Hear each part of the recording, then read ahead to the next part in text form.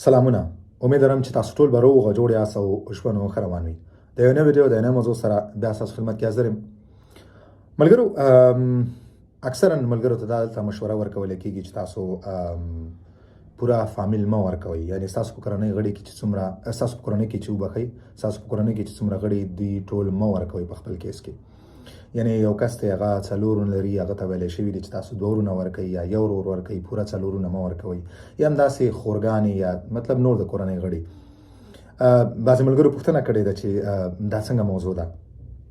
ګورئ ملګرو، زه تاسو ته هر وخت دا خبره کوم چې زه به تاسو ته همیشه د قانون مطابق خبره کوم. بل زه به تاسو ته دا خبره کوم چې ستاسو څه هغه اصلي حالت یې څومره چې ستاسو کورنۍ غړي هغه باید تاسو ورته دلته ووایئ. ځکه که تاسو د کورنۍ غړي زیات ورکوئ یا کم ورکوئ یا مثال کموئ، دا نه کم فایده لري تاسو ته، نه کم داسې نقصان لري. نو ولې تاسو د خپل کورنۍ غړي کم ورکوئ یا مطلب نه ورکوئ ستاسو ورونه یا ستاسو خورګانې. ستاسو چې څومره د کورنۍ غړي، څومره مورونه یې، څومره خورګانې، تاسو هماغومره ورکوئ، د هغو هماغومره معلومات ورکوئ. اوس ډېر ملګري دا هلته کمنټونه کوي چې ما نه دا اشتباه شوې ده چې ما خپل د کورنۍ غړي نه دي ورکړي یا مې ورونه پوره نه دي ورکړي یا مې ورور نه دی ورکړی. یا بعضو ملګرو بغیر د کومې وجې، بغیر د کومو زه نه پوهېږم چې د دې به څه وجې چې دوی خپل پلار یا مور مړه ورکړي یا یې ورونه نه یې ورکړي یا یې خورګانې نه یې ورکړي. نو ستاسو چې کوم هغه د کورنۍ حالت دی، خپل ستاسو مدني کوم حالت دی، باید تاسو په هغې اړه باندې حقیقت ووایئ. څه چې ستاسو کوم حالت دی، ستاسو که واده کړی شوی ځان ورکوئ، که تاسو مجرد یاست مجرد ځان ورکوئ، که تاسو چیرې 3 ورونه لرئ 3 ورونه ورکوئ، 2 خورګانې لرئ 2 خورګانې ورکوئ. ستاسو مور او پلار ژوندي، تاسو خپل مور او پلار ژوندي ورکوئ.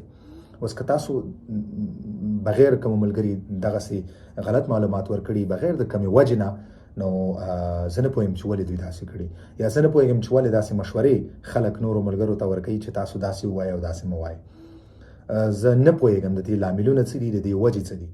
خو زما تاسو ته دغه مشوره ده چې کوم ستاسو اصلي او صحیح مدني حالت ستاسو د کورنۍ حالت، تاسو هماغومره کورنۍ غړي ورکوئ او هماغومره که تاسو څومره ورونه لرئ، څومره خورګانې لرئ، مور او پلار ژوندي لرئ، هماغه ټول صحیح معلومات ورکوئ.